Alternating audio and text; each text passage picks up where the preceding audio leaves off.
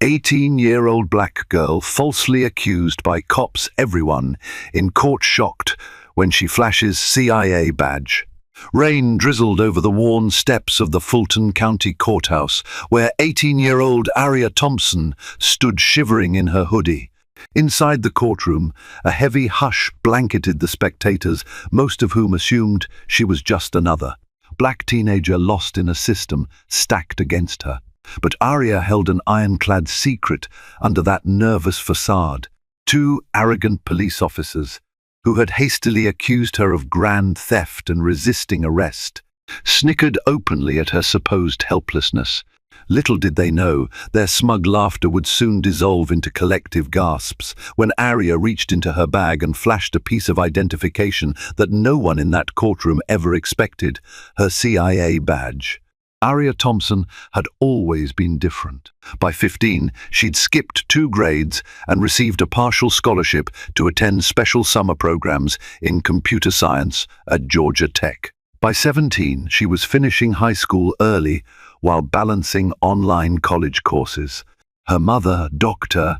Helena Thompson, was a pediatrician at Grady Memorial Hospital in Atlanta, and her father, Nathan Thompson, owned a small tech consulting firm. Together, they supported Aria's insatiable thirst for learning. She devoured advanced textbooks, excelled at hackathons, and quietly outshone most of her peers without making a fuss. Despite her brilliance, Aria struggled with the usual teenage insecurities fitting in at school, grappling with identity and navigating a world where being a young black female meant battling stereotypes at every turn. But she rarely let it show. She had her family's unwavering support, a handful of close friends, and a bright future beckoning. No one, not even her parents, expected the CIA to come knocking at their door. But during one of Aria's forays into collegiate-level cybersecurity classes, she attracted the attention of a government talent scout. Impressed by her skill at decrypting a mock data set in record time, they reached out discreetly. By age 18, Aria found herself enrolled in a specialized CIA Youth Fellowship, an experimental pipeline. The agency was quietly testing for gifted high school graduates to groom them into future intelligence analysts or field agents. Usually, the CIA required a college degree, but Aria's unique skill set and language proficiencies, she'd taught herself Mandarin and was working on Russian, placed her in a category all her own. There were conditions, of course. She needed to keep her involvement under tight wraps. She was still legally an adult, just barely, and had passed rigorous background checks. The fellowship's orientation had her traveling to the George Bush Center for Intelligence in Langley, Virginia, for short stints of specialized training. The prospect of a CIA badge at 18 sounded unbelievable to most, but Aria lived it. She handled the secrecy well until everything unraveled one mild spring afternoon on an ordinary outing to the local Target in Midtown Atlanta. Aria had hopped off the MARTA bus, needing to pick up a couple of items for her dorm room. She was moving to an extended stay facility near Georgia Tech to be closer to both her college classes and her hush-hush government commitments. Dressed in casual leggings and a sweatshirt, Aria strolled the aisles, scanning a short shopping list on her phone. She found a pair of good noise-canceling headphones on sale, perfect for the nights she had to study for hours. But as she walked toward the self-checkout, she noticed 2 uniformed police officers enter the store, tension radiating from their postures. Aria barely paid them mind, she'd done nothing wrong. Yet she sensed them hovering near electronics, eyeing every shopper with heightened suspicion. She shrugged it off, chalking it up to routine patrol. Scanning her items at the self-checkout, Aria tapped her phone to pay. She collected her bag and headed toward the exit, only to find the same officers blocking her path. One was older, tall, with a shaved head and a piercing stare. The other was heavier set, chewing gum loudly, his posture oozing arrogance. Their name tags read Officer Carol and Officer Mendez. "Hold up," Carol snapped. "We got a report of someone shoplifting headphones. Mind stepping aside, miss?" Aria's heart thudded. She froze, confusion swirling. "I paid for these," she protested quietly, lifting her receipt and still bagged items. Mendez snatched the receipt without asking. "Is that so?" "Because we have camera footage that might say otherwise." Heat pricked her cheeks. "I literally scanned and paid. You can check the transaction log right there." The older officer's lip curled in a sneer. "You don't get loud with me, girl. I say you're suspect, so you come with us." Aria's mouth went dry. She tried to remain calm. "I'm not being loud. I'm just telling you to check the store's system." But her protest fell on deaf ears. Carol grabbed her arm roughly, yanking her aside. Aria winced, a swirl of shock and anger flooding her. A crowd formed, phones coming out to record. This was not the first time someone in Midtown had captured questionable police conduct. "You have no right," Aria exclaimed, voice trembling. "I'll cooperate, but you're hurting me." Instead of relenting, Mendez sneered. "Quit whining." He twisted her arm behind her back, snapping on handcuffs. In a matter of moments, Aria Thompson, the brilliant 18-year-old, about to start a hush-hush career with the CIA, stood cuffed and humiliated in a Target entrance, surrounded by gawkers. Her entire world reeled. She hadn't stolen a single thing, but the cops refused to listen. The short ride to the nearby precinct was a blur of panic and outrage. Aria's phone was confiscated, her pleas to call her parents or show proof of purchase brushed aside. "You'll get your call at the station," Carol said dismissively. She was placed in the back of a squad car, the seat sticky with grime. Her mind spun with a million thoughts. How do I fix this? If my CIA orientation superiors find out I got arrested, what happens? Should I reveal my badge now? But her instincts told her that these cops, already on a power trip, might escalate if she whipped out a CIA badge. She wanted to avoid a confrontation that could turn violent. Besides, her top-secret fellowship insisted she keep her identity under wraps. Typically, she was only to reveal the badge in life or death emergencies, or at a secure facility. This fiasco didn't seem to qualify yet. At the precinct, the booking process felt surreal. Carol marched her inside, ignoring her attempts to clarify. Mendez filled out paperwork, labeling the offense as theft and resisting arrest. Aria tried to speak, but the desk sergeant waved her off. She was fingerprinted, photographed, and put into a holding cell with several other women in varying states of distress. Tears threatened at the corners of her eyes, but she fought them back. "Stay calm," she told herself. "You haven't done anything wrong. This will get cleared up." But deep down, she wasn't so sure. She'd heard horror stories of how easily the justice system steamrolled innocent people, especially young black women, with no big name or wealth behind them. Time crawled. Hours passed. She asked for her phone call multiple times. An officer snapped, "You'll get your turn." Another insisted, "We're short-staffed. Sit tight." Finally, near midnight, a different officer, a black woman named Officer Simone Johnson, approached the cell, calling Aria's name. "Come on," Johnson said gently, unlocking the cell door. "You can make your call." Aria mustered a shaky smile of gratitude. She followed Johnson to a small phone kiosk, heart hammering. Officer Johnson lingered, arms folded, observing her with a mixture of sympathy and curiosity. Aria dialed her mother's cell. At that late hour, it rang 4 times before Dr. Helena Thompson answered. "Mom," Aria blurted, voice trembling.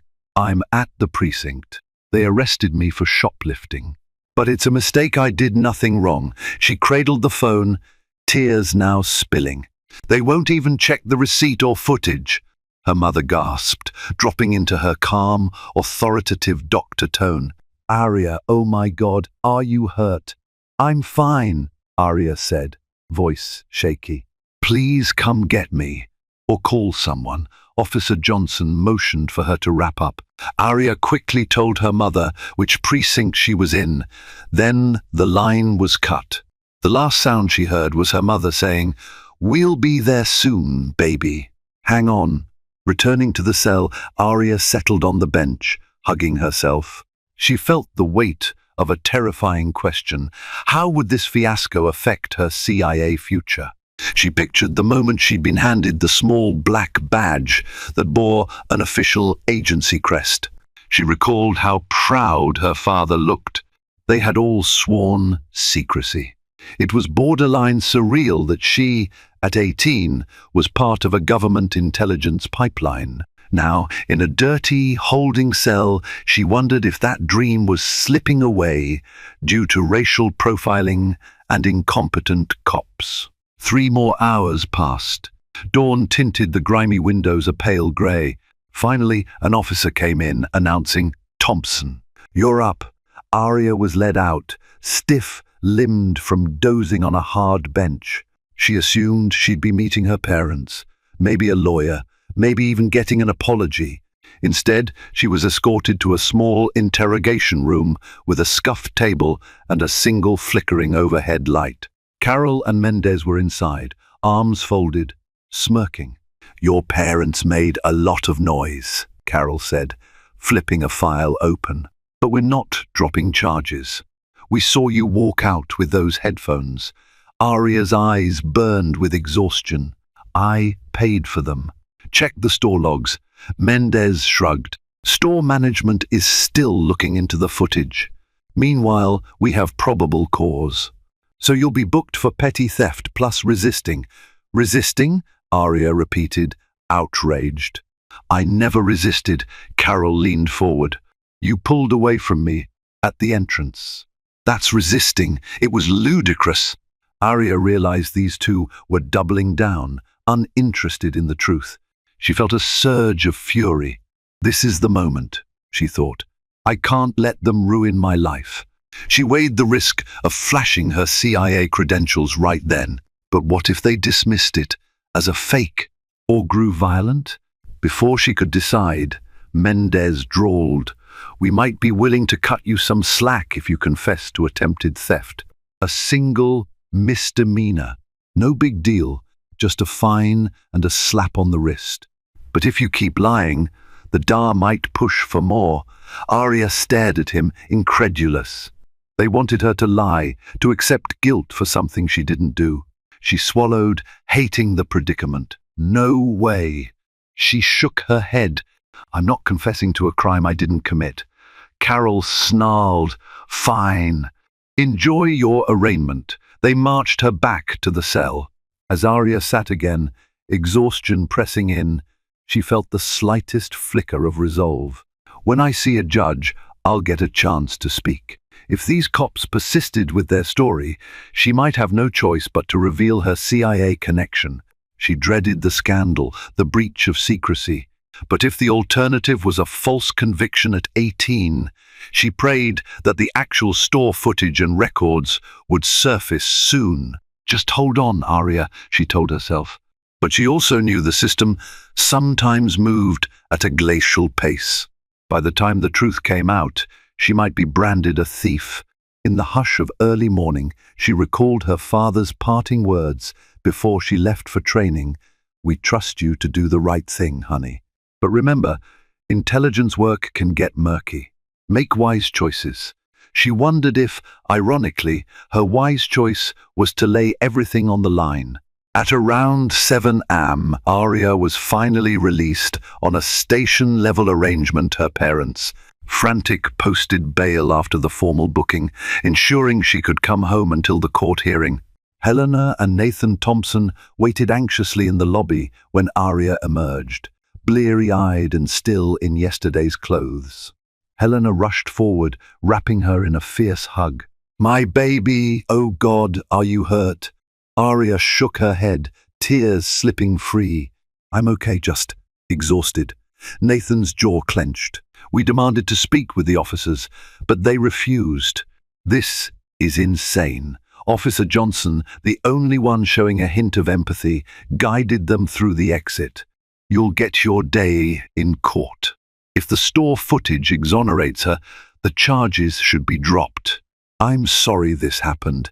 Outside, the morning air felt both liberating and suffocating. Aria's father started bombarding her with questions the moment they got in the car.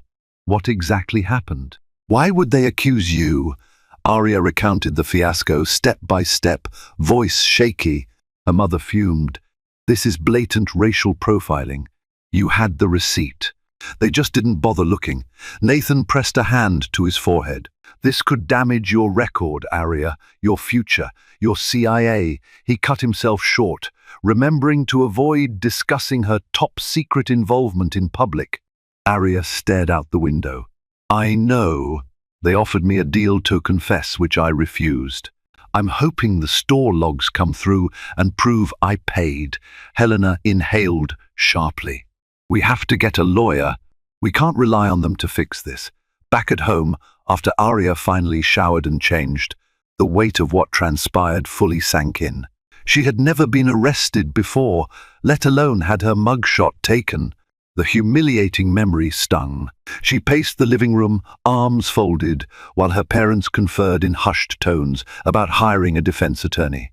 They knew from church Mark Sullivan, an experienced criminal lawyer in Atlanta. When they told Aria, she agreed. "Yes, please. I need a real professional to handle this." Within hours, Mark Sullivan arrived at the house. A stout man with salt and pepper hair, Sullivan listened intently as Aria recapped the details.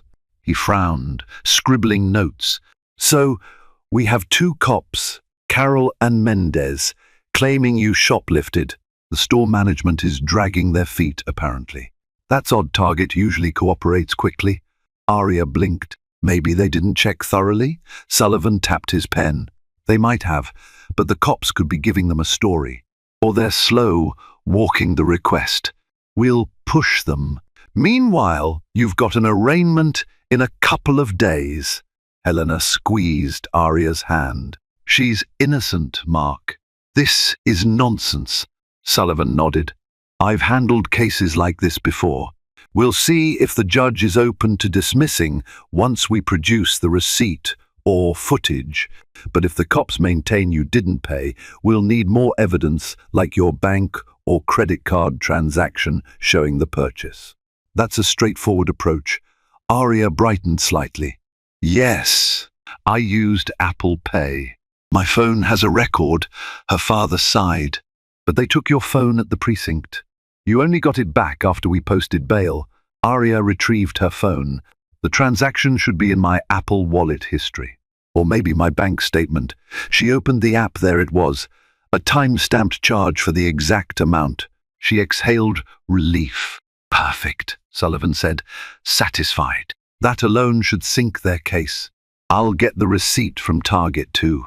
The only wild card is if the cops spin some bizarre story about you forging or using a stolen payment method. But that's far-fetched." Aria nodded. "They'll try. But how could I forge an Apple Pay transaction? That's insane." Despite the apparent slam-dunk evidence, Aria still felt unsettled. She recalled the officers' hostility. Something about their manner suggested they might not let facts get in the way of their pride. She also felt a mounting fear about her CIA future.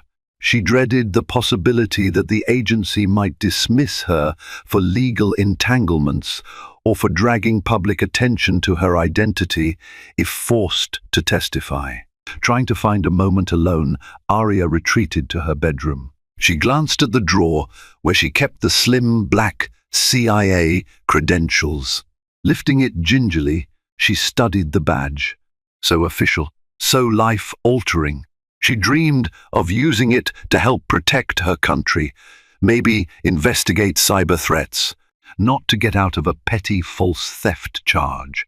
She wrestled with the question, should I reveal this in court if things go badly? Or would that break every confidentiality rule? Exhaustion pulled at her limbs, but anxiety kept her awake. She lay on her bed, mind churning with possible outcomes. She imagined the hearing. Would the judge laugh off the cops' claims? Or would the cops double down, pushing the narrative that she was combative? By the time night fell, Aria resolved to follow Mark Sullivan's legal strategy, use Apple Pay logs, demand the store footage, rely on the system to correct this injustice. But in the back of her mind, she prepared for the worst. If they push me into a corner, I will show them who I truly am. The morning of the arraignment arrived too soon. Aria dressed conservatively black slacks, a simple blouse hoping to present a respectful, no-nonsense image. She and her parents rode to the Fulton County Courthouse with Mark Sullivan, quiet tension saturating the car. Outside the stately building, the air was thick with humidity. Aria's stomach churned as they passed through security. She'd never set foot in a courtroom like this, except on a school field trip as a child. The ornate foyer, the swirl of attorneys in suits, the echo of distant footsteps, it all felt surreal. Sullivan led them to a small conference room to finalize strategy. We have your Apple Pay record printed out. I also have your bank statement. I subpoenaed the store's surveillance, but haven't heard back yet. I'll push the prosecutor to drop the charges. Aria took a steadying breath. What if the officers lie again? Sullivan's eyes narrowed. They probably will, but we'll present the evidence. Usually for petty theft, if the defendant shows a valid receipt, the case crumbles. The judge might scold the cops for wasting time.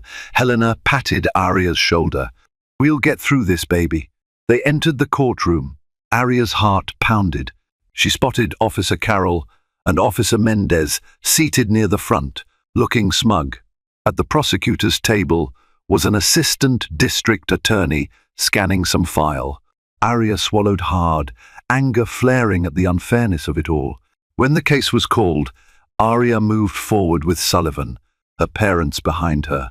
The judge, an older black woman named Judge Patrice McKenna, peered down from the bench. Case number 22, CR 4510, People versus Aria Thompson. Charges, petty theft, resisting arrest. Sullivan stepped up. Your Honor, Mark Sullivan for the defense. My client pleads not guilty, and we have conclusive evidence of her lawful purchase. He handed documents to the clerk, printouts of the Apple Pay transaction, a screenshot of her bank statement. Judge McKenna flipped through them. This is interesting. Mr. Sullivan, it appears your client's phone logs confirm she made a purchase at the store. I see a timestamp matching the approximate time of the alleged theft. Before Sullivan could respond, the prosecutor, a young man named Adrian Yu, cleared his throat. The officers maintain Miss Thompson evaded the scanner or left without paying. They say the store has suspicious camera footage. Sullivan frowned. Is that footage available? You hesitated. Not yet. The store claims they need more time to retrieve it. Sullivan shook his head. Your Honor, this is a runaround. We have digital proof of payment. My client was forcibly arrested despite showing her receipt. We ask for immediate dismissal. Judge McKenna tapped her pen on the bench. Mr. Yu, do you truly intend to pursue charges if the defense's payment records are genuine?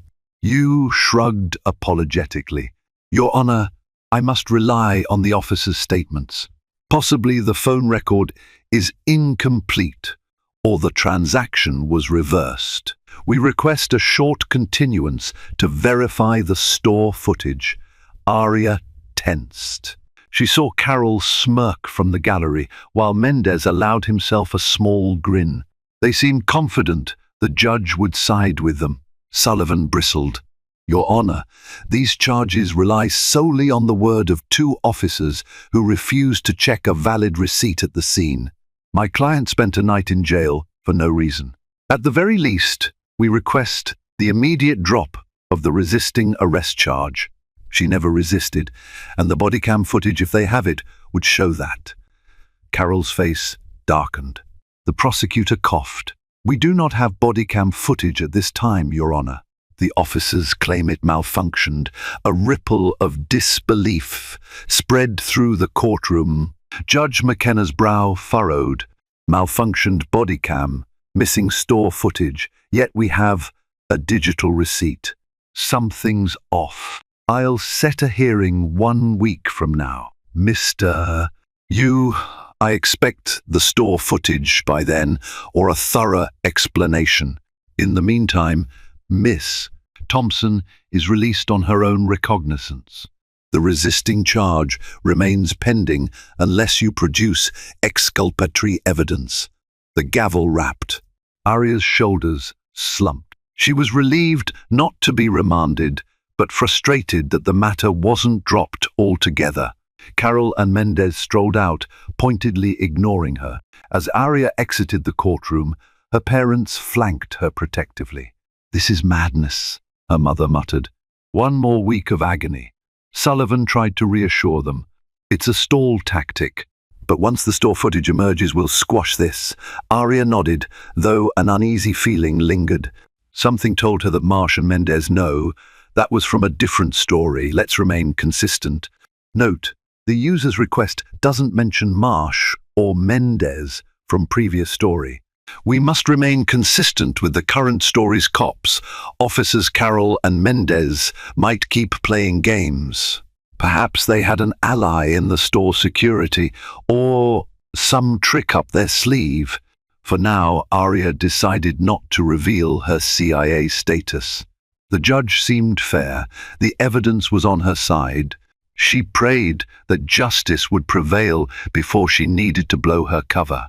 Over the next several days, tension in the Thompson household soared. Aria tried to maintain her normal routine, attending an online class, working on a CIA-assigned coding puzzle for an upcoming orientation, but the specter of that false accusation loomed. She dreaded the idea that if her name got publicly dragged through mud, the agency might drop her from the fellowship to avoid bad press. Sullivan called daily updates. Still, no word on the store footage. They claim a backlog in their system. Aria found that suspicious target had a robust security system, typically retaining footage for easy retrieval. Are the cops pressuring the store to conceal it? She wondered. Or maybe the footage had been lost or tampered with. Midweek, Aria decided to take the initiative. She privately reached out to a friend in the same youth CIA program who specialized in digital forensics, an intense 19-year-old named Kelly Zhou. Using an encrypted messaging channel, Aria explained her predicament. Can you legally check if there's mention of me in any local police system or if the store's camera logs are flagged? She typed, anxious about crossing lines. Kelly cautioned her, we risk breaching protocol. But I'll see what public data is available. I can't hack into the store's system illegally. Aria knew that, so she let it drop. Days slipped by. The upcoming hearing loomed. On the night before it, Sullivan called. Aria's heart sank at his tone. I have bad news, he said. The store claims that the relevant camera footage is partially corrupted. The portion capturing the electronics checkout is missing. They only have footage of you leaving. So it's your word against the cops, unless the judge accepts your phone record as proof. Aria rubbed her temples, a headache blooming. That's insane. Cameras don't just corrupt at the exact moment of purchase. Sullivan sighed. It's suspicious, but proving tampering is another matter. The prosecution might spin it that you bypassed scanning or you use some trick. We'll push back. but be prepared for them to double down on the resisting arrest claim. Arya sank onto her bed after the call, tears stinging. This can't be real. She dreaded the hearing. They'd brand her a liar again. She rummaged in the drawer, pulling out the CIA badge. Is it time to use it? If the cops insisted she was an angry thief, maybe a CIA credential could shock the judge, compelling them to look deeper. But she also knew it risked exposing her covert fellowship. The agency might not appreciate a public spectacle. She had no guarantee that a CIA badge would automatically fix this. The judge might question its authenticity, or the prosecution might claim it was fake. What if that backfires? But a small voice in her mind whispered that she was fighting for her future.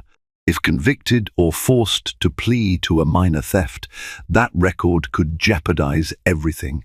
She decided, if Sullivan's standard approach failed at the hearing, she would reveal her real identity. She'd do it carefully, but she wouldn't let these crooked cops or a compromised system trample her innocence. That night, she tossed and turned, haunted by nightmares. She saw Carol sneer, Mendez twisting her arm. She pictured the CIA orientation staff, shaking their heads in disappointment. By dawn, she rose, bleary-eyed, resolved to face whatever came next head-on. On the morning of the hearing, the tension inside the Fulton County Courthouse felt almost electric. Arya walked in with her parents and Mark Sullivan by her side. The corridor was crowded, apparently. Other cases involving questionable police tactics were also on the docket. A local reporter or two hovered about, scribbling in notepads. Arya prayed she wouldn't become a headline. They took seats in the courtroom's second row. Up front, the prosecutor, Adrian Yu, fiddled with his papers. Officers Carol and Mendez sat behind him, their smirks returning once they spotted Arya. She averted her eyes, focusing on Sullivan's last-minute instructions.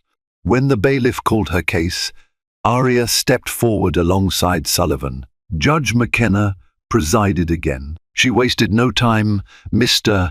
You were to produce store footage or a clear explanation. Has that been resolved? Yu cleared his throat. Your Honor, the store has partial footage that doesn't show the moment of scanning. However, it does show Miss Thompson leaving with the merchandise. We maintain the officers had probable cause for arrest. As for resisting, the officers' statements detail how she pulled away, requiring them to use restraints. Sullivan spoke up. Your Honor, we have Apple Pay logs verifying payment. The store's alleged camera malfunction is too convenient. My client never resisted. She politely asked them to check her receipt. This is rank injustice. Judge McKenna's gaze flicked between them. Mr. Yu, is there any direct evidence Miss Thompson did not pay? You hesitated. No direct evidence, but the store manager says Miss Thompson's name didn't appear in their POS logs, maybe because she used a stolen card or an unregistered payment method.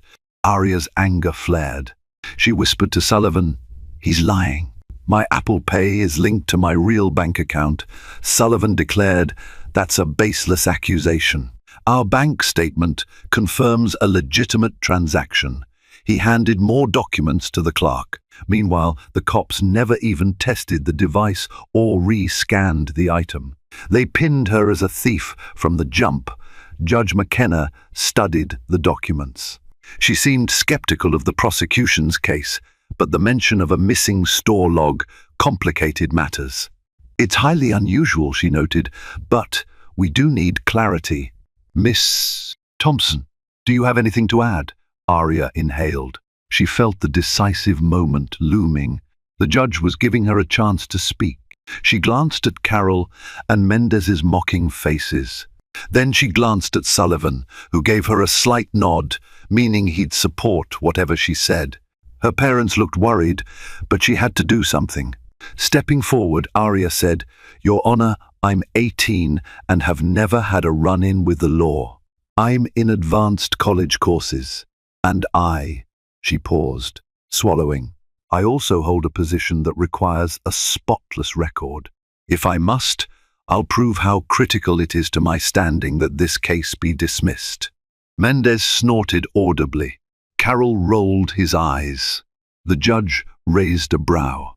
Go on, Miss Thompson. Her heart pounded. She reached into her jacket pocket, retrieving the small black wallet. I was sworn to keep this under wraps, she said quietly, mostly to the judge. But it's my future on the line. With trembling hands, she flipped open the wallet, revealing the shiny CIA emblem and an identification card bearing her photo and name. Gasps rippled through the courtroom. The prosecutor's jaw dropped. Murmurs erupted behind them. Even Sullivan looked taken aback. He hadn't known the exact nature of her government fellowship. Carroll and Mendez froze, eyes wide. The room filled with stunned silence. Judge McKenna leaned forward, adjusting her glasses. What is that, Miss Thompson? Aria took a breath. It's my official badge from the Central Intelligence Agency. I'm part of a specialized youth fellowship. I can't elaborate publicly, but suffice it to say, a shoplifting charge would effectively end my involvement. I have no reason to steal. I have everything to lose, a collective hush. The judge stared, weighing the gravity. The prosecutor scrambled. Your Honor, this is highly unusual. She might have a counterfeit badge, or Aria's father from the gallery retorted, It's real. She was recruited months ago. We can produce official letters. Judge McKenna held up a hand to silence the commotion. She studied Aria's badge carefully, then signaled to the bailiff. I want a brief recess. I'll have my clerk contact the appropriate federal office to verify authenticity. She eyed the prosecutor. And unless you have direct proof, Miss Thompson's ID is fake, I suggest you reconsider your approach. Carroll and Mendez shifted anxiously, their confidence rattled. Aria returned to her seat, heart hammering. She overheard whispers. She's CIA? That's insane. She's only 18. The entire hearing felt surreal. 20 minutes later, the judge reconvened. She looked stern. We've received preliminary confirmation from a CIA liaison that Miss Thompson is indeed part of a legitimate program. Given this extraordinary context and the complete lack of credible evidence from the prosecution, I'm inclined to dismiss these charges forthwith. The prosecutor started to protest, but the judge cut him off. Furthermore, I'm troubled by the missing store footage and the officer's contradictory accounts. I will note this for potential review by Internal Affairs. She rapped her gavel. Case dismissed. Miss Thompson, you're free to go. Applause and exclamations rippled through the gallery. Carroll and Mendez stood shell-shocked, faces pale. Sullivan clapped Aria on the shoulder, beaming. Her parents embraced her, tears of relief shining in their eyes. But Aria's gaze locked onto the two officers, their expressions contorted with fury and fear, as if they realized how badly they'd miscalculated. She felt a swell of vindication and a sliver of worry about possible retaliation. For now, though, she was safe, and her name was cleared. She clutched the CIA badge with trembling relief. News of the 18-year-old with CIA badge case spread like wildfire through local media outlets. Within hours, short segments popped up on the evening news. A young woman, allegedly framed for theft, revealed she's part of a secret CIA pipeline. Headlines teased the improbable story, fueling curiosity and debate. Aria found herself at the center of a storm. Journalists called Mark Sullivan's office, clamoring for interviews. Social media erupted with hashtags like #CIA18 and #wrongful arrest. While some praised her brilliance, others questioned the badge's authenticity or ridiculed the notion that someone so young could be CIA affiliated. Conspiracy theories abounded. The CIA, predictably, was not pleased. Arya received a terse email from her agency contact, summarizing, "We're aware of the situation. We regret your forced disclosure, but require immediate consultation. Please contact us for further instructions." Arya's heart sank, fearing she'd jeopardized her entire fellowship. Her parents fretted about the onslaught of attention. They wanted to protect Arya's privacy, but they also recognized this could be an opportunity to highlight police misconduct. Mark Sullivan warned them the police might lash out. Officers Carroll and Mendez won't be happy about losing face, but we can't let them harass Arya. Indeed, Carroll and Mendez were furious. Rumor had it Internal Affairs began investigating them for potential misconduct, especially if store footage was tampered with. The possibility of official discipline loomed. The two officers had overstepped, never imagining their teenage target would reveal powerful credentials that exposed them. Meanwhile, Arya's phone buzzed non-stop, with messages, some supportive, some hateful. Friends from her past schools reached out in shock. Even some of her CIA youth fellows messaged carefully, worried about her. The wave of stress overwhelmed her, but she tried to keep calm, leaning on her parents for support. One evening, Ebony Morales, a well-known investigative journalist from the Atlanta Journal-Constitution, requested an interview. She specialized in police accountability stories. Arya hesitated. She didn't want to violate CIA protocols further. But Ebony insisted, "We can keep certain details private. Focus on the wrongful arrest and your personal story. Let's shine a light on the real issue: racial profiling and abuse of power." After conferring with Mark Sullivan and her CIA liaison, Arya agreed to a carefully worded interview. They met in a quiet coffee shop.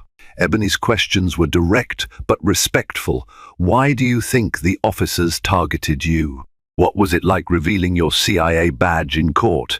Arya answered with measured caution, emphasizing that the real injustice was how easily the officers disregarded her receipt and escalated the situation.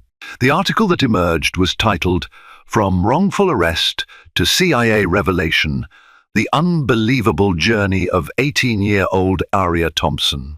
Ebony avoided diving into CIA specifics, focusing instead on the bigger theme of policing biases. The piece drew wide attention, spurring debates about prejudice in retail environments and questionable arrests. The public outcry bolstered the Internal Affairs investigation. Civil rights organizations called for a deeper probe into Carroll and Mendez's record. The officers, once brazen, now faced mounting scrutiny. In statements to local press, they insisted they'd followed procedure and that Arya's story was overblown. But few believed them. During this tumult, Arya struggled to return to normal life. She tried resuming her advanced coding exercises, preparing for her next Langley training session, but her phone pinged constantly. Even stepping outside felt loaded with potential paparazzi glimpses. She found an unlikely refuge in phone calls with her CIA peer, Kelly Joe, who offered moral support. "Hang in there, Arya. The agency might hush this up soon. They'll want to keep you out of the spotlight." Yet Arya realized the cat was out of the bag. She could only hope the CIA wouldn't terminate her fellowship for the forced exposure. Her heart clenched at the thought of losing the future she'd worked so hard for. But she was no longer a silent victim. She had a voice, a platform, and a newly minted sense of purpose. Expose wrongdoing, demand accountability. She resolved to see this through, no matter the personal cost. A week after the court hearing, Arya traveled to a discreet federal building in downtown Atlanta to meet with her CIA liaison, a stoic man named Agent Langford. She arrived early, wearing a conservative suit she hoped would project professionalism. Her nerves jangled. This meeting could define her future with the agency. She was led to a nondescript conference room. Agent Langford greeted her with a firm handshake. "Aria, we've read your account. Quite the ordeal." He motioned for her to sit. "The agency is concerned about the publicity." Aria sank into a chair, shoulders taut. "I'm sorry. I had no choice. They arrested me, and the judge was about to believe them. I had to prove my integrity." Langford's expression softened a fraction. "We understand. No one can fault you for defending yourself. Yet we can't ignore the media frenzy or the implications for your clearance." She swallowed. "Does that mean I'm out?" Langford folded his hands. "Not necessarily. The Deputy Director of Talent has reviewed your case. They see the public outrage over your arrest as a reflection of systemic issues, nothing you orchestrated. You didn't maliciously reveal your affiliation. It was an act of self-preservation." A wave of relief coursed through her. "So, I can remain in the fellowship?" Langford nodded, though his gaze remained serious. "Yes, but with conditions. We'll request you avoid further media appearances discussing CIA details. Keep any references to your training minimal. The agency will quietly affirm your clearance remains intact." Tears pricked Aria's eyes, tears of gratitude. "Thank you. I promise to abide by all guidelines. I never wanted to broadcast my status." Langford gave a small smile. "Your personal story has inadvertently become a symbol. Some within the agency admire your composure. Others worry about potential backlash. Regardless, we stand by you, as long as you maintain discretion going forward." Aria nodded fervently. "I will. I appreciate this chance." He slid a folder across the table. "Your next orientation date is in 3 weeks at Langley. We expect you to attend. In the meantime, focus on your normal life. The agency won't publicly comment, but we will watch your case with interest. If local authorities or press harass you, let us know."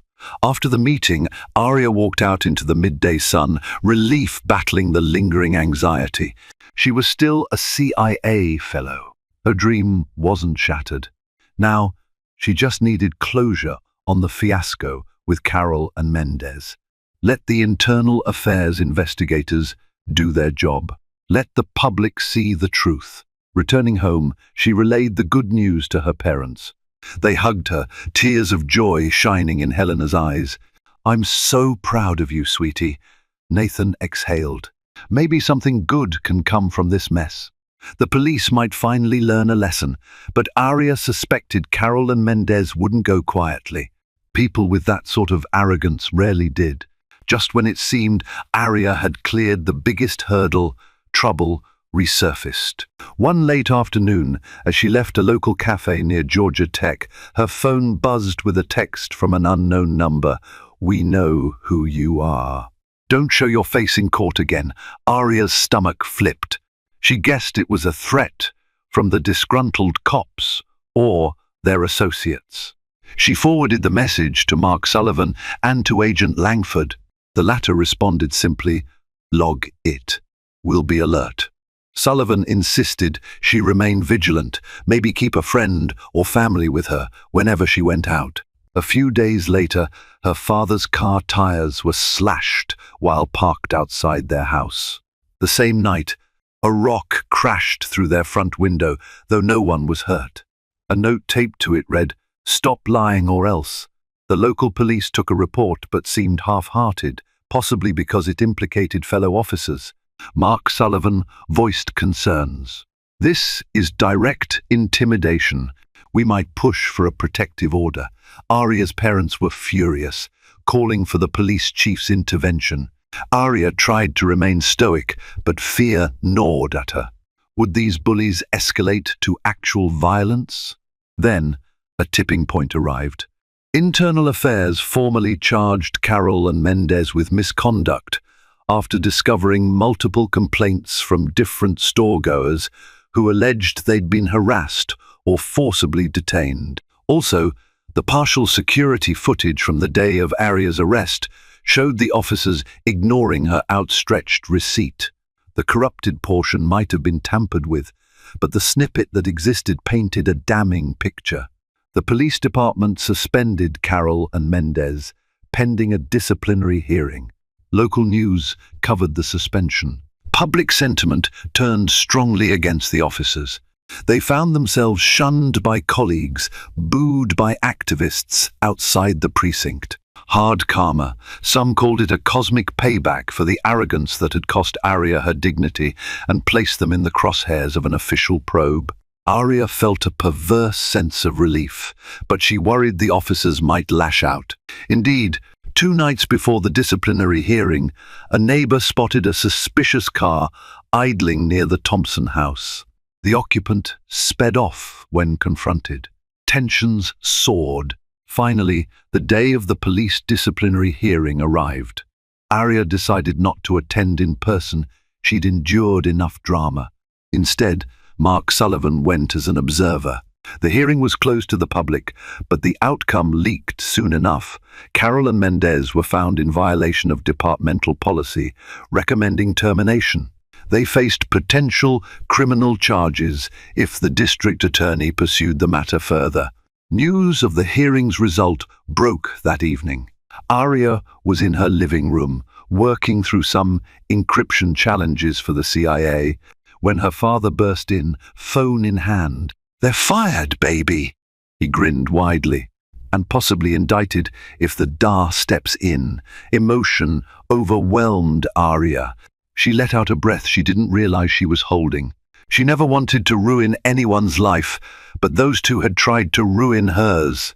If they lost their badges, it was the direct consequence of their own corruption. Hard karma indeed. Yet she remained cautious, half expecting a final act of retaliation.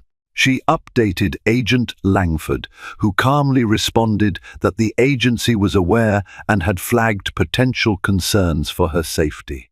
"We can't deploy a protective detail, but local authorities should remain on high alert." Arya prayed that was enough. In the weeks that followed, life gradually returned to a semblance of normalcy.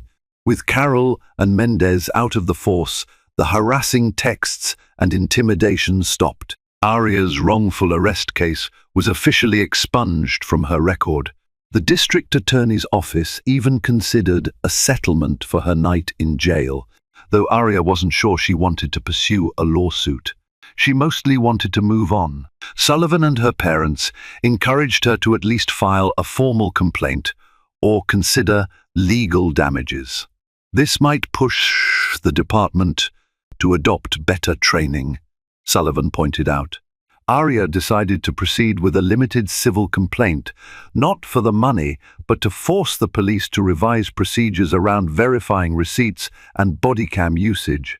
The city settled out of court, awarding a modest sum that Arya planned to put toward college expenses. Meanwhile, the CIA fellowship advanced. Arya flew to Langley for her next training phase, quietly slipping away from the media spotlight. She learned advanced data analysis techniques, tested her language skills, and bonded with fellow recruits. The agency never publicly acknowledged her case, but privately, some senior staff expressed admiration for how she handled adversity. One high-ranking official even told her, "We're proud to have resilient young minds like yours." Hearing that filled her with renewed determination. Back home, the Atlanta community buzzed with conversation about Arya's story. Local kids, especially young black girls, saw her as an icon of brilliance and perseverance, a testament that their dreams couldn't be squashed by prejudice. Arya found that notion both flattering and overwhelming. She never set out to become a symbol, but if her experience helped spark change, she accepted that role with grace. Before she knew it, summer turned to fall. She balanced part-time coursework at Georgia Tech with ongoing CIA commitments. Her parents exhaled relief that the worst was behind them. Although they maintained security cameras around the house, no further threats appeared. Carroll and Mendez face potential criminal charges for tampering with evidence in multiple cases, but that was the DA's arena now. One brisk autumn evening, Aria sat under the oak tree in her backyard, a mug of tea warming her hands. She reflected on how much had changed in just a few months. She had gone from a quiet, academically driven teen to a national headline, "Teen CIA Fellow Falsely Accused Stands Her Ground." The entire ordeal had tested her courage, forcing her to reveal secrets she thought she'd keep for years. Yet, ironically, the fiasco cemented her resolve to serve her country. She'd witnessed injustice up close, endured humiliations, and prevailed. The CIA's mission of protecting American interests at home and abroad suddenly felt more personal. She wanted to fight threats to democracy, foreign or domestic, and ensure that no one else got trampled by abuse of power. With a soft smile, she realized that the adversity she faced might be the forging fire for her future as an intelligence officer. She sipped her tea, gazing at the moonlit sky, feeling at peace with her path. Hard karma had indeed found those who tried to frame her, and destiny had guided her to a place of unexpected purpose. Months later, Aria stepped into the bustling Georgia Tech campus as a dual-enrolled student and clandestine CIA fellow. She stayed under the radar, never flaunting her badge except when absolutely necessary at secure sites. The local headlines about her wrongful arrest faded into memory, overshadowed by news stories. But for those who remembered, Aria Thompson remained an emblem of resilience. Officer Carroll and Officer Mendez? Their attempt to sue for wrongful termination fell flat once their internal affairs files went public, revealing a history of borderline misconduct. They'd lost their badges. Rumors said they were still under DA investigation for possible criminal charges. Hard karma, indeed, had played its hand thoroughly. Aria's father ended up posting a short blog about the experience, titled, "My Daughter, the Future She Almost Lost." It resonated with parents everywhere, garnering thousands of shares. He wrote about how close she came to being railroaded, how a single unfair arrest could derail an entire life. He urged communities to demand better policing, transparency, and accountability. Aria sometimes scanned the comments. Strangers wrote things like, "If she can overcome that, so can I." Or, "My daughter wants to go into law enforcement, now maybe she'll be the change we need." Aria realized that her story, while painful, had birthed a ripple of hope. That knowledge gave her comfort. As for the CIA, they quietly nurtured her talents. Aria excelled in advanced cryptography, infiltration simulations, and strategic analysis. She discovered an affinity for bridging cultural gaps, using her knack for languages. Occasionally, she confided in a handful of close CIA peers about the fiasco back in Atlanta. They marveled at how calm she remained under duress. She'd shrug and say, "I had no choice." On a crisp winter day, Aria visited her old neighborhood, strolling past the Target store where the nightmare began. She paused outside, flashbacks swirling. Instead of bitterness, she felt a quiet strength. That day didn't break me, she thought. It forged me. She had turned 18 in a swirl of injustice, but she was stepping into adulthood with a deeper understanding of the system's flaws and a mission to be part of the solution. She turned away, heading for the bus stop. The real secret she carried wasn't just her CIA badge, but the unwavering truth that compassion, courage, and integrity could triumph over prejudice. She no longer felt fear or shame from that humiliating arrest, only a determination to use her gift, her platform, and her badge for the greater good. Thank you for accompanying Aria Thompson on this unbelievable journey from routine shopping trip to an explosive courtroom reveal. Her determination to fight back and maintain her integrity despite a flawed system and shocking betrayal by those sworn to serve reminds us of the power in standing up for what's right. In the end, the very credentials meant to stay hidden became the key to clearing her name and exposing deeper corruption within the ranks. If Arya's story inspired you or opened your eyes to the injustices so many face, show your support by hitting like, sharing this video to spread awareness, and subscribing for more powerful narratives. Together, our voices shine a light on the darkness of prejudice and push for meaningful change. Thank you for watching, and remember, no matter how daunting the odds, courage and truth can prevail when we refuse to back down.